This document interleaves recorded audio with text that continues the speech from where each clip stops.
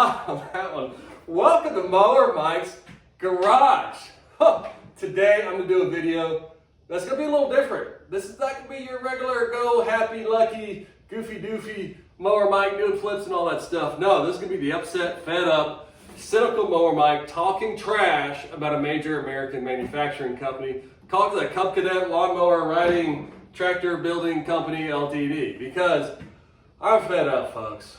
I've rebuilt Cub Cadets for the last 10, 15 years, and I've wanted to love them. Not only they're cool, they got the cool name, Cub Cadet, they're yellow, but this last one, this LTX 1050 just pushed me over the top, and I'm fed up. I've rebuilt probably 30 of these similar lawnmowers, 1040s, 1042s, 1050s, 1052s, 1055s. They've all got the same design flaws in them that I'm going to show you how to fix. Now remember, I've got probably 20 or 30 videos on how to fix these Cub Cadet lawnmowers. I've got millions of people watching me how to fix it. So today I'm going to give you my opinion on the design of these lawnmowers. And this is specifically from a point of view of how to fix these lawnmowers. We're not going to talk about how they cut, how they work, but specifically when you got to work on them, what's going to piss you off. And just to prove my point, I'm going to compare the design of specific items on this Cub Cadet to this John Deere. This John Deere is a John Deere L120 48-inch with a Briggs. And these are the two most popular lawnmower brands in America. And they have very different designs in specific areas, which is actually fairly surprising. So strap in, and hopefully I piss off some of you Cub Cadet people and we can stir the pot a little bit. Leave me some comments. But let's dig underneath the hood and talk about my pet peeve number one. All right, gang, we're going to start underneath the hood of the lawnmower. We're going to talk about the engines. Now, first of all, the engines on these lawnmowers, they're all the same. Either you're going to have yourself a Briggs & Stratton or a Kohler on the higher end models, or maybe a Kawasaki. Throughout all your models, whether they're Cub Cadet, John Deere, Toro, Snapper. But what is key is everything that wraps around the engine. What gives you access to the engine? Now, if you're going to work on your engine, most likely you got a carburetor problem. And when you have a carburetor problem, in order to get to the carb, the first step is to remove the engine cover. So let's look at this John Deere. All you do is you unbolt a few bolts on there, you just lift her dress right off. Easy breezy. Did that one for you, Mark. And then you got your carburetor right here. Now let's go over here to your Cub Cadet. Undid all the bolts. What in the world? Look at that. Look at that. There is no way to remove this engine cover without removing this gigantic fuel tank right here. It is so freaking annoying. Now, I have tried to squeeze it out of here and I've broken the engine covers. So please do not try to wedge this thing out. There is no reason for this fuel tank to be right here, specifically to have this wedge right here for your little extra quarter of a gallon, because it restricts access to your engine. It drives me crazy. And to remove this fuel tank, what you have to do in order just to pull this engine cover off, it's got this squirrely wire thing here. As soon as you undo it, it goes bing, and it never comes back to the same shape.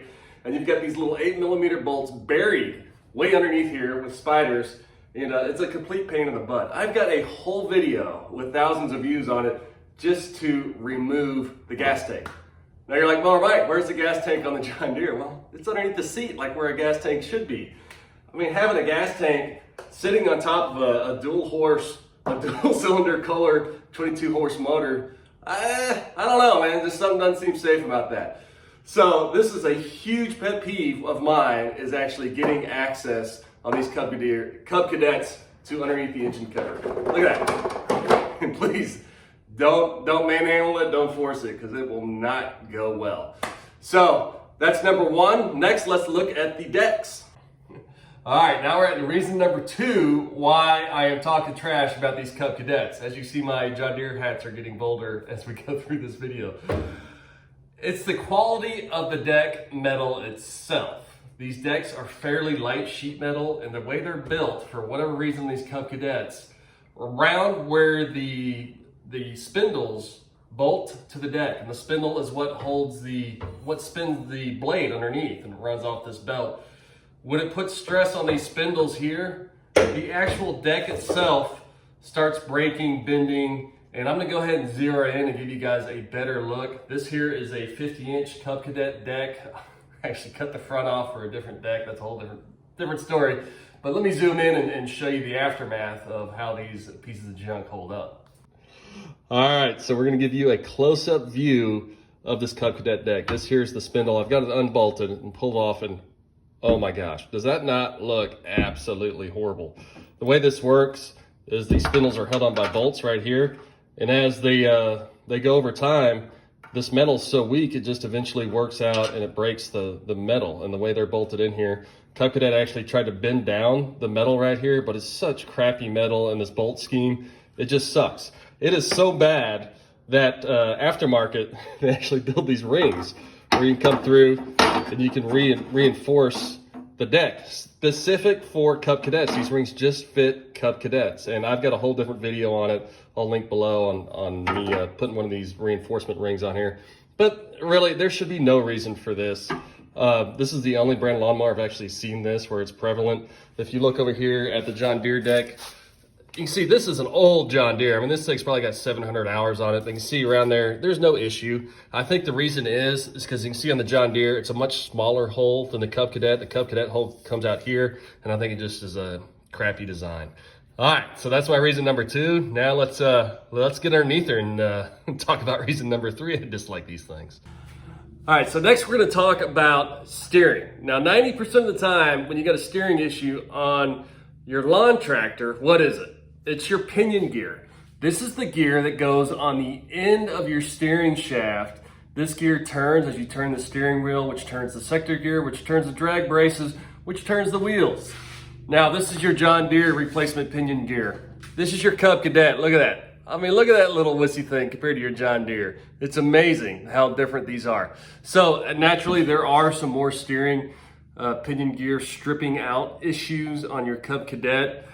But also on the Cub Cadet, which I'll show you, the steering shaft goes through this little tiny washer. All the pressure from that steering shaft goes through here, and then it hits that pinion gear.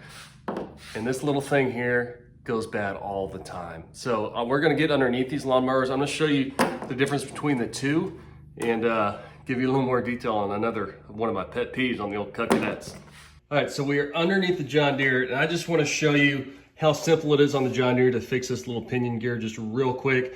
Right here is your pinion gear. As you see, it turns the sector gear, which turns the drag links, which turns the wheels. And your steering shaft goes right through the middle of it. So to replace it on the John Deere, all you gotta do, you rip off this nut here. There you go.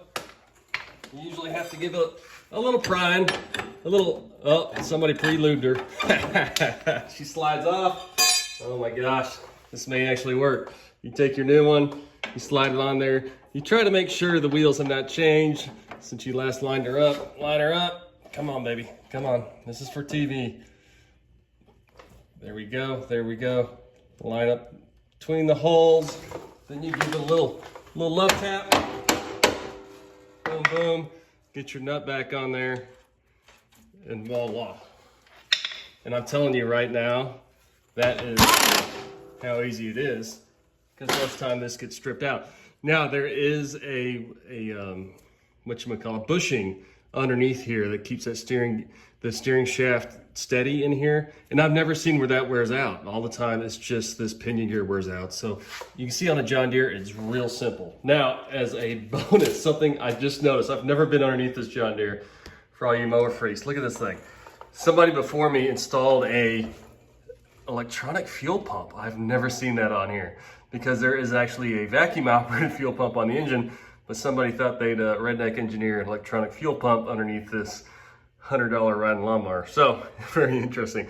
So, all right, so that's how easy it is on a John Deere. Very simple system with you can see the drag links on the John Deere are actually pretty beefy. So let's get up underneath the Cub Cadet and see the difference. All right, now we've got to look underneath the Cub Cadet, and I'm going to show you the failure point on these steering systems. Now, the basic setup is the same on all these riding lawnmowers. You got your pinion gear, your sector gear, hits the drag braces, then moves the wheels. But on this one, you can see right here, we got the smaller pinion gear. So let me go ahead and rip that sucker off real quick. It comes off just as easy. There's a little air power, always does it right. And on this one here, we'll go ahead and take that off. There's this little washer here. But what you'll notice here, it already flopped out on me. We'll zoom in. As you can see, that right here. So this here is not built in to the metal. It's actually pressed in there. And what happens is, as you get pressure on that steering shaft, it eventually wears out this metal around here, and it wears out that little bushing. As you can see right here, I can just pop it out, and that's what wears out. That was that piece I showed you earlier. It's just a crappy design I don't really appreciate. It's a major fail point, and in order to replace that properly, you have to take off this whole plate situation. You've got to take off the sector gear, and it's just a mess. And also on Cub Cadets, replacing the drive belt, there's a lot more stuff above it that makes it harder to replace. This whole situation here has got to come out. It's got all these guide pulleys and whatnot. So all I'm saying is that the John Deere's and other mowers are easier to work on and have less fail points on the steering. All right. Whew. I think I'm tired of bitching about Cub Cadet. All right, this is my last pet peeve on these Cub Cadets. I swear this is the last one. We are up underneath the lawnmower. Got a great shot. Hopefully my audio's a little better. Got me a new fancy lapel microphone.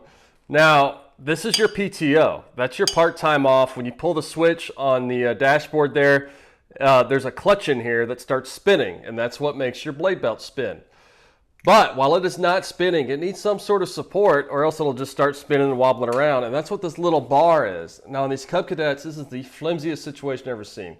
It's this bar that bolts from the outside, comes down, then you've got your little notch right here, comes across, and then it bolts up through the frame.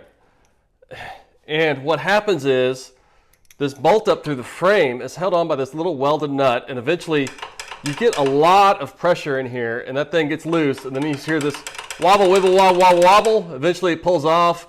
It'll turn this whole thing. It'll strip out your electrical connection. So let's look at this bolt. This is your weak part right here. If you look on top of the lawnmower, all right, so we're on the side of the lawnmower. So you'll see right here, this is where the bolt goes up through the underneath, but look where it bolts on top. It's got this little flimsy nut that strips out, but also, look at what it hits. Like if you put a longer screw in there, you're gonna hit your oil filter. And it's just a ridiculous design. They should have done something much, much better. So what I'm gonna have to do, I'm gonna have to drill that thing out, and then I'm gonna replace it with a larger bolt. And if that doesn't work, we'll have to go to plan B. So this is my last pet peeve. I swear we'll sum this thing up, so hang on with me. All right, folks, that summarizes what I hate about Cub Cadets and working on Cub Cadets. I swear, after every time I'm done going through one of these things, I feel like I've been in a fight. I got tools everywhere. I'm dirty. I'm sweaty. I've been cursing. Usually start drinking. There's just some things about Cub Cadets that I'm just tired of working on them. There's just some stupid design flaws in them. It just pisses me off. If you need to do anything on your Cub Cadet, I've got every video up there. This will be like number 23, Cub Cadet Fix-It video. So I just want to lay that out there. Now, if you love or hate Cub Cadets, please leave me a comment. Now, personally, do I hate Cub Cadets? I want to hate Cub Cadets, but with that name, Cub Cadet, I just want to hate them, but I can't. You know, just this week, while I'm putting together this video of hating Cub Cadets, I come across this. What is this? This is the ultimate Cubby Cadet. This is the GT 22544. It's a year 2000 model, about 20 years old. And what it is, this sucker is one of the very few shaft-driven riding lawnmowers. And check this out. Once I did this, I was like, oh, I gotta have it. Look at that. It's got a hood that opens from the front. And what have we got underneath it? Underneath here, ladies and gents, we've got ourselves a real deal. What is that? That's a Kohler vertical motor. Look at that. It's a vertical motor, so it can run the drive shaft all the way to the back. How cool is that thing? Now, again, I want to hate them, but then you find something cool like that, and I don't know, man. Maybe I just a love-hate relationship with the old Cub Cadets. So this thing, I'll be going through it, but this is the boss hog of Cub Cadets. Again, I hope you found this entertaining. I sure had fun making it. I'm going to go ahead and put this thing back together, sell it to some schmuck down in the city. So with that, Mower Mike out, and stick around for next week.